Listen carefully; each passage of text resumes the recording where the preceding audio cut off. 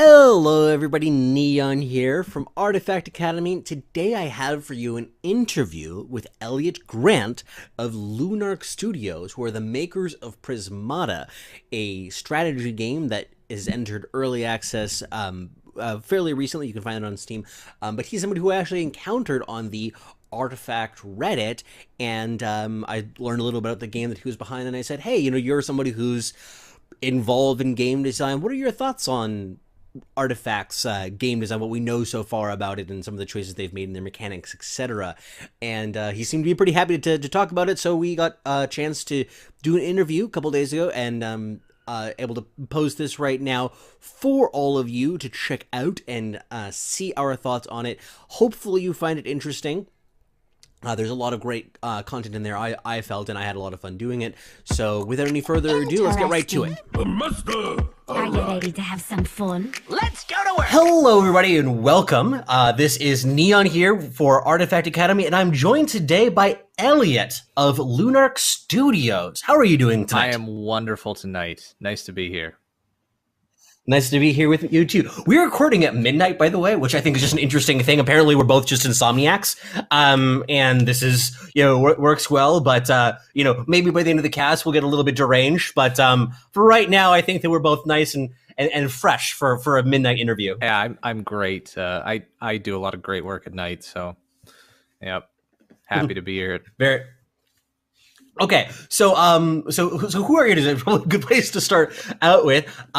So how about you give us a little bit of introduction? Because you are one of the developers for Prismata, which is a strategic game that's out on Steam right now, right? That's right. So yes, I am the founder of a small indie company called Lunark Studios. We are a one-product company. We make a game called Prismata. It is in early access right now, coming out later this year. And we've actually been working on the game since 2010, which is a long freaking time. But for most of those years, it was sort of as just a hobby project on the side while we were in school. And then we started working on it full time and formed a real company and did a Kickstarter. And now we're launching the game this year. It's great to hear. Now, for people to just kind of don't really understand what we're doing here, good to give a little bit of an introduction as to sort of like what the purpose of our conversation is, because I'm here interviewing somebody who doesn't have any official knowledge about Artifact, and this is going to be like Artifact related content. You've been like kind of frequenting the Artifact subreddit, and you clearly have a lot of like thoughts I've seen in terms of your blog and stuff about game design. So I thought, hey, you'd be an interesting person to chat about game design with, and some of the things that you've seen so far in Artifacts, some of the things you've been seeing recently in card games in general, to kind of talk about sort of what you're seeing, what you think about the field. And especially, like I will get to this later, but you have some interesting takes on the subject of RNG in games, which I know wouldn't necessarily be embodied by the design team of Artifact per se. Yeah, I've written quite a lot about RNG. If you search like why is RNG bad, you may find one of my articles. We'll get to that. Oh, we will, for sure. So you said you started the project of working on Prismata a few years ago in school, but let's go before that. So what's your like gaming history? Like, what are some of your top games from childhood forward? I've actually been making games for about 20 years. Since I was a kid, I used to program crappy side scrollers in DOS. Nice. I used to play a lot of chess, a lot of StarCraft at a pretty high level. Just basically everything, when I was a kid, just Super Mario Bros, stuff like that. But yeah, I've been in gaming for a long time. I also have a background in like research level theoretical computer science, doing like heavy math. I was an MIT grad student for a while. Just doing like hardcore CS theory research, and I liked it. But I also really liked making games. And so at some point, I decided to go full time on the games thing. And since that moment, I have not looked back. So that's where we're at. That's great to hear. And it's one of those things you said, 2010 is when you started working on Prismata. It's one of those things that I think a lot of people don't realize how long game design can kind of take. I mean, that's still long for a game, but it like often can take, several years from the beginning concepts to something actually seeing, print, quote unquote. Yes, absolutely. I mean, I designed Prismata originally with a bunch of friends I went to school with, and we had always liked making games and variants of games and trying things out. And Prismata was just like, we literally had a few scraps of cardboard. We were playtesting this idea, and we found it so compelling that we just ran with it and kept adding more and more to the game, and developing new units for the game and new different game mechanics, and cutting the stuff that we didn't like, keeping the stuff we did. Eventually, our friends started playing, friends of friends. We built an online version because originally it was a tabletop game. And it just kind of grew from there. There's so many stories I could tell. We had a bunch of poker player friends who really loved the game, and they were like, "Hey, we'll give you some money to start a company and turn this thing into a real product." Oh, wow. Okay. That's cool. That's how we got our seed funding for our company when we started out. Really? And then we did a Kickstarter. And we just continued developing the game, testing it on people, adding new stuff to it, adding single player content. And it's been a long journey. And then finally this year is the year we're releasing the thing. So how about we then spend a little bit of time talking about Prismata itself, because I'm sure there's so many people here who are listening who don't know very much about it.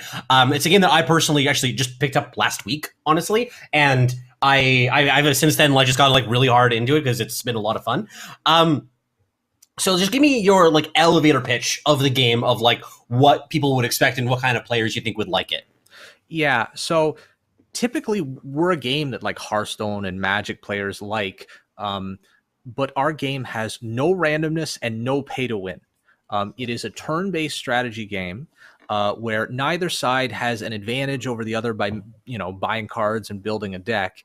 Instead, every time you sit down to play, the available units for purchase are different every game, and you have to kind of pick your strategy based on what's available. So if you played a deck building game like Dominion, it has that aspect. And the economy of the game is a little bit borrowed from RTS. You're actually constructing workers and earning resources every turn, rather than just filling up your mana pool or tapping your lands or something like that. So mechanically, it blends a lot of different things from different strategy games: RTS, turn-based strategy games, board games, card games. Some people think of it as being a bit closer to chess than poker, whereas something like Hearthstone, with all of the randomness, the card draw, the random effects, it feels a little bit more casual. Our game is definitely geared a bit more towards serious competitive play. We have casuals too. We also have a single player campaign, a full on single player story campaign with characters and cutscenes and stuff like that. That is a premium product, so no microtransactions in that. But our multiplayer is a free-to-play product with cosmetic microtransactions. So there's no pay to win, there's no garbage, there's no your energy ran out, you have to put in more money to keep playing, anything like that. We just wanted to make the game we always wanted to play. Not one of these strategy games where you have to just empty your wallet every time a new expansion comes out. Yeah, one of the things that you're describing in the game, I would definitely say that's been my experience of how you're describing it. The summary that I kind of came up in my mind was a cross between chess, StarCraft, and then the grindiest mid-range matchup in Magic that you can imaginable. Because a lot of because it's this idea of you're just eking out minor advantages and resources and trying to trade resources with your opponent and set up for future turns to do that. So it's a combination of all of those things of managing an economy, trying to just make favorable trades, and then also planning 3, 4, 5 turns in advance because you have perfect information about what both people have. That's actually one of the things maybe it'd be worth clarifying, because there's a set of units. Some of them are standard for every game, and then some of them are vary from game to game. And both players have access to the exact same ones, so both players know what one another is capable of. Right. I tell people who are, say, Hearthstone players, just imagine Hearthstone where your deck is your whole hand, right? So there's no card draw luck. Now that game would suck because you'd just play the same opening every time. So it would be boring and it would be broken as fuck. Oh yeah, because, it'd be really broken. Have you seen your opponents? They're pretty nutty. Well, yeah, but you might literally sit down against your opponent and realize you have a 0% chance of winning, right? So to mitigate that, we do two things. One is both players have the same deck, and two is the deck itself is randomly chosen, or some of the deck is randomly chosen every game. And so that's kind of the way you could think about it if you're a Hearthstone player. If you're a StarCraft player or an RTS player, just think of it as like turn-based StarCraft with no map. Yeah. And no fog of war either. So you can see what your opponent's doing and sort of plan and counter based on what they buy. Those are kind of a couple of analogies, but really it's something genuinely different. And if you like any kind of strategy game, RTS, card game, you should definitely check it out, because it may be something you've never seen before that you never knew you wanted. Yeah. So that's something that I think is some very interesting elements to it of sort of how the game ends up being developed. And one of the things also that it reminded me of, I don't know if you've seen this. There was a talk that was given by Richard Garfield. I think you might have referenced it in one of your articles, where he was talking about RNG in games. But one of the things that he suggested as a way that randomness could be introduced in RTS style games and StarCraft style games is having randomly costed technologies. Or the units having some random costs associated with them, and in some respects, I found that, or like the case of your game has some similarities with that, in the sense of like saying like, oh, it's not about which ones, like how much they cost, but it's which ones you have access to. So that's another interesting connection that I found. Yeah, I think that idea has some merit, but the problem is like everybody just ends up with sort of a tier list of like which unit is good at which cost. And I think that it just turns into this calculation grind of like, is the unit good enough to get? Is the other unit good enough to get? Like in Prismata, we try to balance each unit so that it's like as meaningful as possible. In a game like Hearthstone, there's like the 5% of the release cards that everybody actually plays with, and the 95% is all junk. We don't have that 95%. Every single unit in the game, we try to make as meaningful and as good as possible, so that when you play with different units, you actually have a lot of different strategies available to you. Yeah, that would actually be something then that I would like highlight as like I'm not saying that this is my thoughts of the game, but I'm saying like a hypothetical, criticism that you could imagine. If somebody says, look, you if you play the game enough, you could just solve for whatever unit is best under a given situation. It's like you see this like Steel Splitter. Let's just like use this as an arbitrary, simple example. So this is just one of the basic units of the game, is Steel Splitter. Like under these configurations of units, Steel Splitters are the best. So you should always be just like going for that, and that you could just somehow find a way to solve for everything, in the game of like when you should be going for like that unit versus like researching whatever technologies first, etc. So how do you kind of control for that in your balancing, so that it's not just a question of, oh, you should just always do this when the cards come up a certain way? Yeah, it's actually quite fascinating, because when we originally prototyped Prismata, we just thought we would like sit down and solve it in a half hour. Oh, really? Because we had like the basic worker, the basic attacker, the basic wall, and like not much else. And we just figured, okay, well, player 1 starts with this, player 2 starts with this. Let's see if it's interesting. And it turned out that like we played it for a whole weekend and we couldn't solve it. We found a lot of viable lines for both sides. We found the game tree got so wide so quickly that we couldn't prune it. Like, this is kind of the secret surprise of Prismata, was that it ended up being way deeper than we thought it would be, even with just very simple units. And so when you're playing a ladder game, let's say, where you have, the entire base set, which is the 10 or 11 units that are available every time, plus like 8 to 10 other units, the number of strategies available to both players is so large, and the number of ways of executing those strategies is so large, that it's very difficult to ever be certain that any move you make is the best move in that situation. A lot of the times Prismata feels sort of like creatively trying to find the best strategy to deal with a certain situation. And it's not just about optimizing. It's often just about like, what are you going to do? What's your actual game plan? And how do you figure it out? It's like, imagine a card game where like, you're playing Zoo in a certain, Magic or Hearthstone. You kind of, what you want to do. You want in the early turns to do this, in the middle turns do that.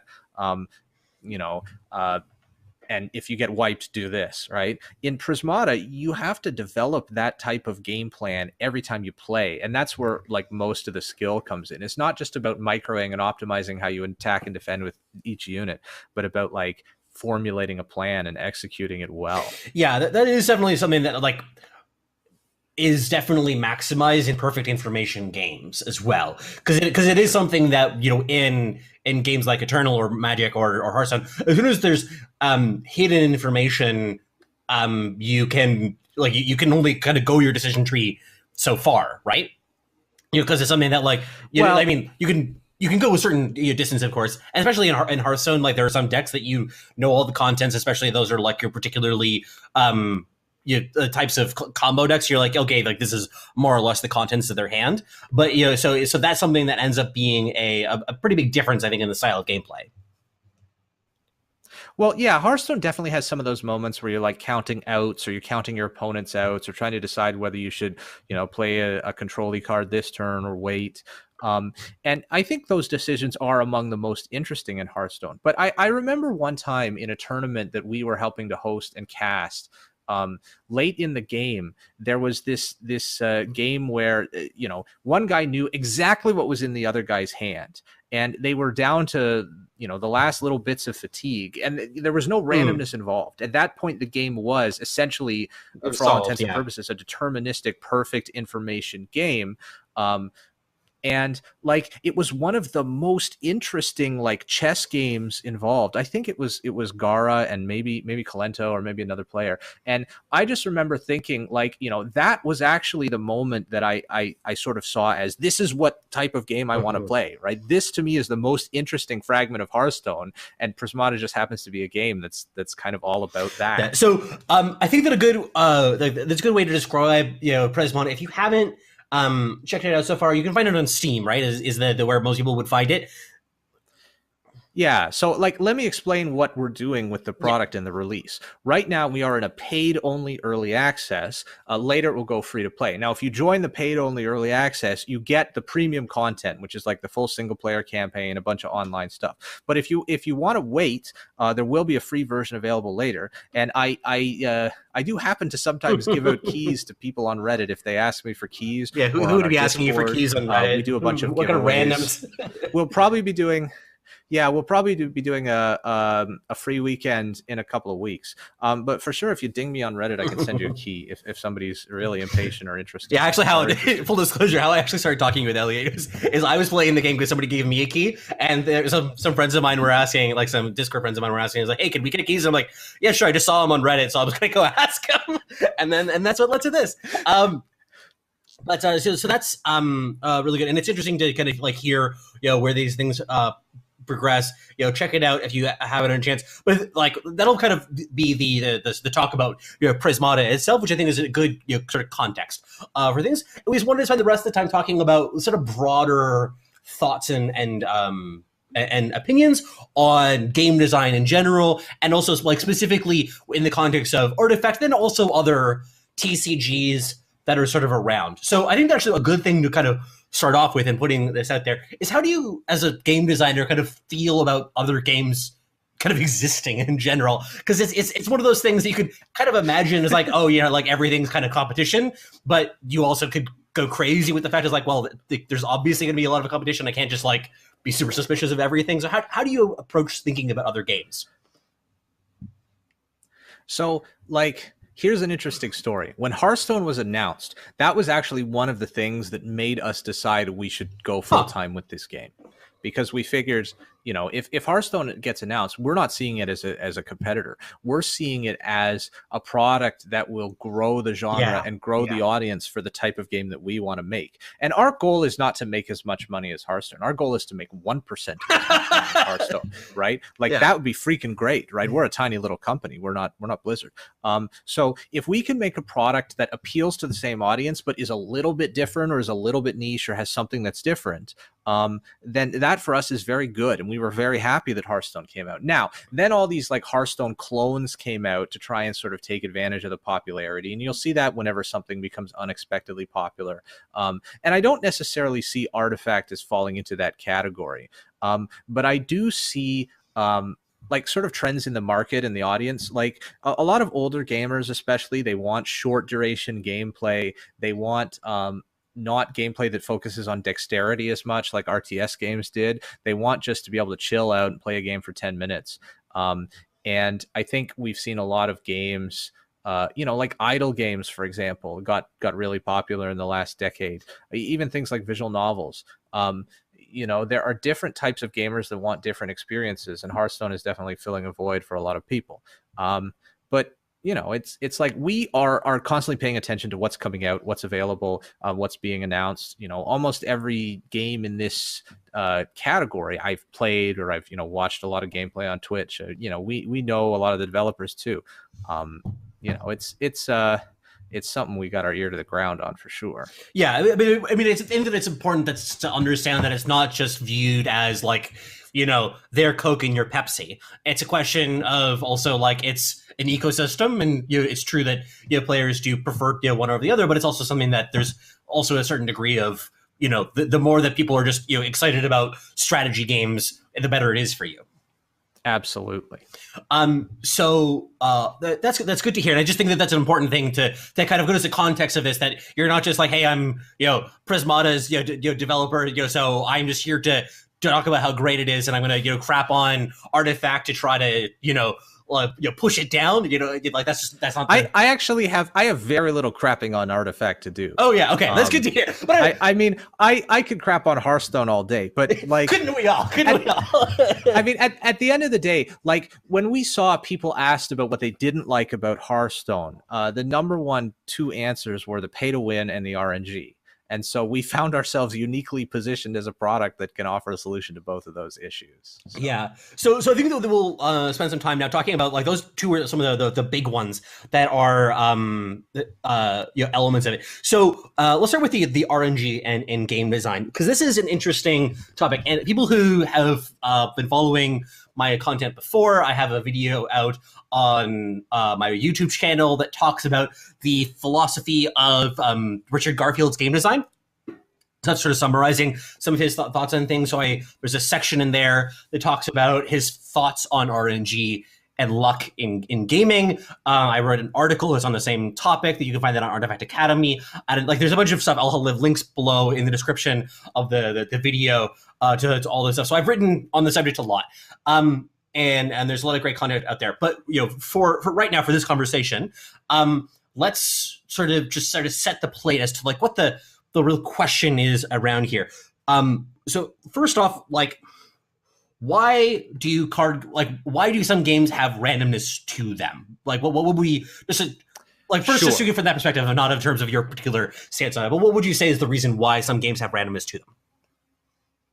I mean, there are a lot of game design problems that RNG helps to solve. In a game like Magic the Gathering, Magic the Gathering is typically played at these local game store Friday night Magic events where you might get, 20 people, 40 people of varying skill levels. And if it were a chess club, if you had 20 people of varying skill levels, it's actually hard to find somebody that's really your level at a game like chess, just because being better at the game makes you so much more likely to crush somebody. And in Go, for example, you can give handicap stones and stuff like that, but it's much harder to do something like that for a card game. So RNG helps to mitigate the advantage that like having higher skill can have on win rate, which makes it, less likely that new players get completely demoralized because they can actually win. And that's like a huge factor in new players like enjoying themselves playing the game and sticking with it through those growing pains of learning a new game and having to build out a collection and all that stuff. There are other reasons too, like, creating exciting moments or increasing the diversity of gameplay, because, like I said earlier, if you just drew your whole deck on the first turn and could play whatever you want, you'd play the same openings every time. It would get very boring. The matchups would be pretty dull. So like RNG is sort of a tool in the game designer's toolbox that can be used to solve a number of problems in game design. And, my claim isn't necessarily that RNG is bad because it's a bad solution to those problems. In fact, it's a very good solution to many of those problems. The problem with RNG is that it can really undermine what I feel is the sort of competitive spirit of a game that wants to treat itself as, like in Hearthstone, they have a world championship. But when, a best of 5 series is decided by matches that maybe are a 55-45 ratio, like you can have an upset there quite a high frequency of the time. The best player is not going to win the tournaments. And there's so few tournaments that even if you are the best player, you don't have, it's not like poker where you can play hundreds of thousands of hands in order for for it to average out. Hearthstone tournaments are sort of just like gambling, basically. It's 10% skill, 90% luck. A lot of people have an issue with that. A lot of people just get frustrated when they're trying to ladder up and they're just getting crap draws and they're not able to, feel like they're playing to their potential as a player because the outcome of games are decided by randomness rather than they themselves choosing what happens. There's drawbacks to randomness, and my claim is that the vast majority of game design issues that randomness tends to solve can be solved through means other than the type of RNG that destroys the competitive spirit of games. At least that's what I think. Okay, so that I think gives a good explanation, because I think that also it's, in some respects there's also many layers to exactly like what it is people don't like. Are the good things or bad things about RNG in games? On the one hand, players just like to kind of complain about it, randomly. Like that's just because, and oftentimes that can be a proxy for hiding how bad they are at games too. Randomness can help to shield your ego from the fact that you might be shit at the game, right? Yeah. Like you can just blame that you got unlucky.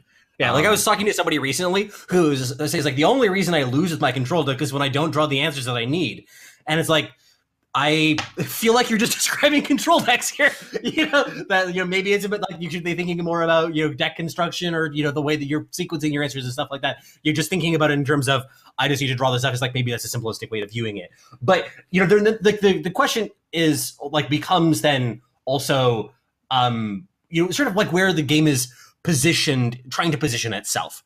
What is it you're kind of trying to achieve and do? Because it's something that like take something stupid like Monopoly. Sure.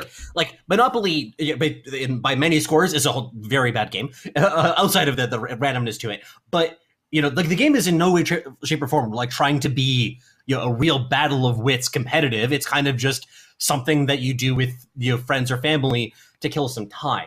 So sure. I think that like one of the big distinguishing features that you kind of are pointing to is that like if you're trying to be a serious competitive game, like you really have to think about the role RNG plays in your design.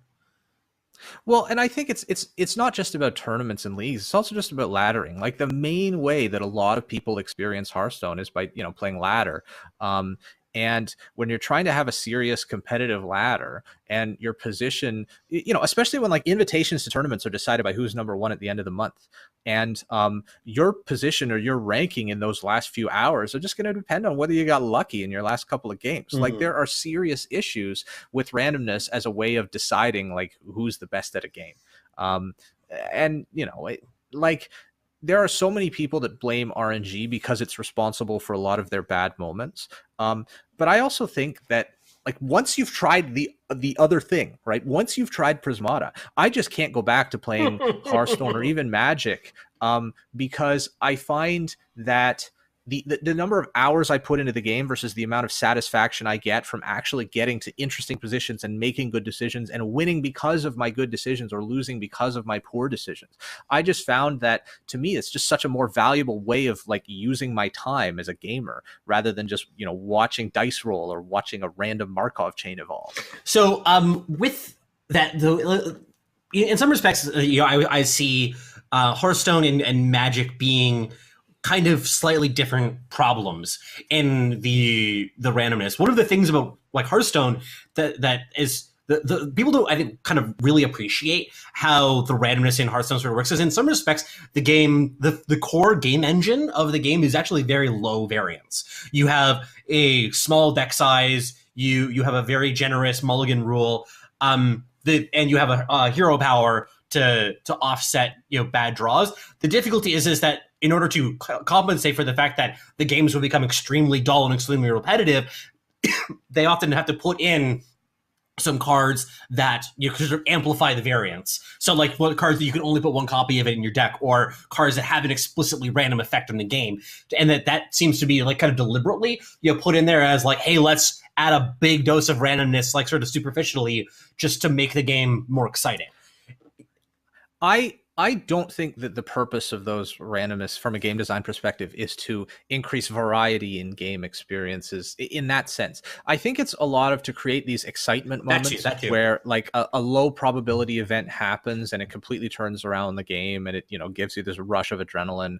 It makes for those Twitch moments that get reposted to Reddit, and those actually help engage the viewers a lot. Just getting streamers to have crazy shit happen all the time is one of the things that helps market Hearthstone. So adding the crazy shit really helps sell packs. You know, but like my complaint is not really about like, oh, you know, I have to deal with this Ragnaros where I have a 50-50 chance of winning. Like, even just if you play the basic game and you're playing Zoo, and like, you know, if you don't draw a good one drop, your chance of winning drops dramatically.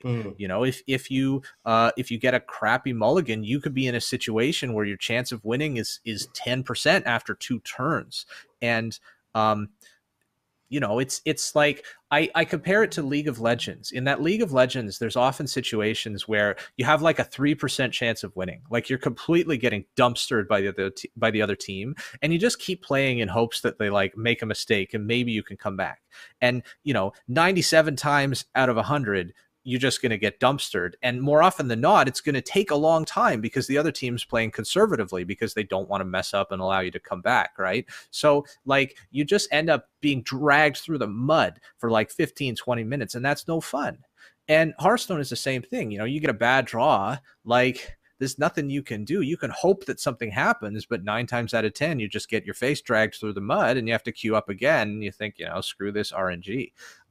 Independently of whether, you know, Ragnaros or whatever random effect of the day, you know, destroys your win and turns it into a loss. I don't think that that's really the most miserable thing about RNG. I think it's being dragged through the mud. Yeah, so I think like also it's something that, you know, particularly with you know, League of Legends, and there's like a bunch of like board games, and I can think about this as well, where the alignment of when the critical moment in the game happens and when the game ends can often be like really far apart from one another, and that's something that I think is a pretty big problem in the game design of like a certain games. Like there's some, like for instance, the one that I think is particularly the worst for this is Catan, actually.